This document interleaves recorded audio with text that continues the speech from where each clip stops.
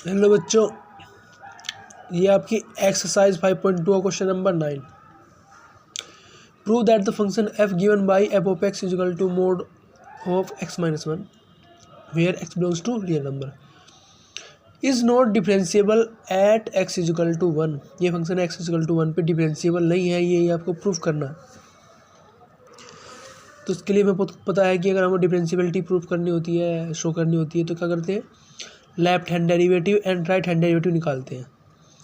तो हम क्या करेंगे, लेफ्ट हैंड डेरिवेटिव निकालेंगे और राइट हैंड डेरिवेटिव निकालेंगे। अगर वे दोनों इक्वल आ गए तो उसका मतलब ये प्रूफ हो जाएगा कि ये फंक्शन डिफरेंशिएबल है। लेकिन अगर नहीं आए तो प्रूफ क्या हो जाएगा कि फंक्शन डिफरेंशिएबल नहीं है। तो जिस तरह से क्वेश्चन में दे रखा है उस तरह से हमारे लेफ्ट हैंड डेरिवेटिव और राइट हैंड डेरिवेटिव इक्वल नहीं आना चाहिए। ठीक है, तो आइए स्टार्ट करते हैं। तो लेफ्ट हैंड डेरिवेटिव को हम लिखते हैं LHD और राइट हैंड डेरिवेटिव को RH। ठीक है, ये होता है आपको शॉर्ट फॉर्म। तो for f of x is not differentiable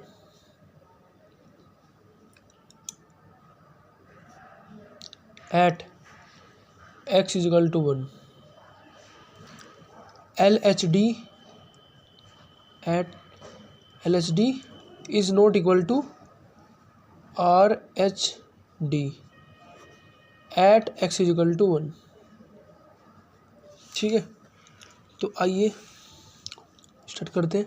सबसे पहले हम निकालते हैं LHD, लेफ्ट हैंड डेरिवेटिव। तो लिखते हैं limit h tends to 0 plus f of c plus h minus f of c upon h। तो देखिए यहाँ पे f ऑफ c प्लस हमारा f ऑफ x क्या है, मोड ऑफ x माइनस 1। तो यहाँ पे x को रिप्लेस कर देंगे c प्लस h से।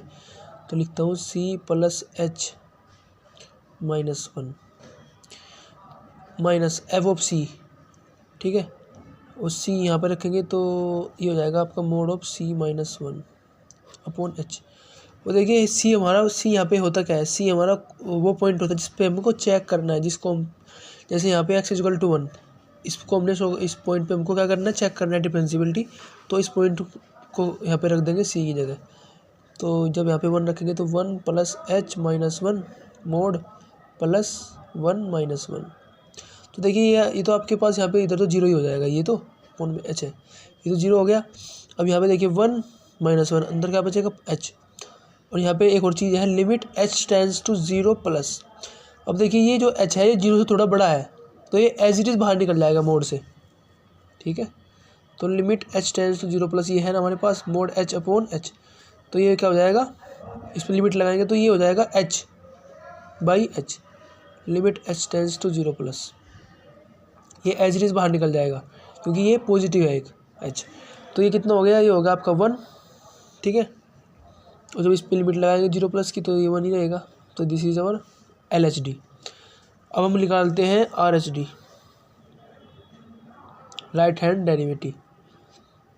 तो लिमिट h टेंस टू 0 से थोड़ा छोटा, यहाँ पर लिखेंगे f of c plus h minus f of c upon h। ठीक है,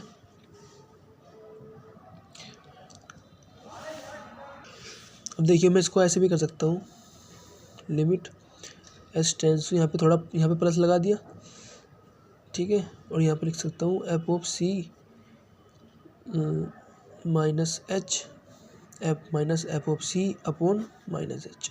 ठीक है, h को रिप्लेस कर दिया माइनस h से, क्योंकि अब यहाँ पे ये प्लस हो गया ना, तो उसको ऐसे भी कर सकता हूँ।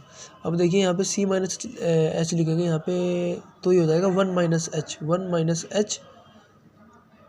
ठीक है, माइनस 1, इसका mode minus f of c यानी कि f ऑफ 1 यानी कि f1 minus 1 upon minus h। तो देखिए ये क्या हो गया, जीरो हो गया इधर। ये कितना हो जाएगा, ये जीरो, यानी कि माइनस h का mod upon minus h, limit h tends to 0 plus. अब ध्यान से देखिए माइनस h जब बाहर निकलेगा तो माइनस के साथ बाहर निकलेगा, तो ये प्लस h बाहर निकल जाएगा, तो ये plus h upon minus h। तो आपका ये आएगा -1। तो आप देख सकते हो आपकी LHD कितनी आई थी 1 और RHD आई है -1। तो here LHD is not equal to RHD। So F of X is equal to mod of X minus one is not differentiable at X is equal to one. ठीक है, now come to the question number 10। Question number 10 में आपको दिया गया है, ये लिखना देखिए यहाँ पे। तो क्वेश्चन है prove that the GIF defined by F of X is equal to greatest integer of X GX, इसको लिखते हैं, ये होता है हमारा greatest integer function where x greater than 0 and less than 3 is not differentiable at x is equal to 1 and x is equal to 2। ये x is equal to 1 और x is equal to 2 पे differentiable नहीं है function, आपको proof करना है कि ये डिफरेंशिएबल नहीं होगा।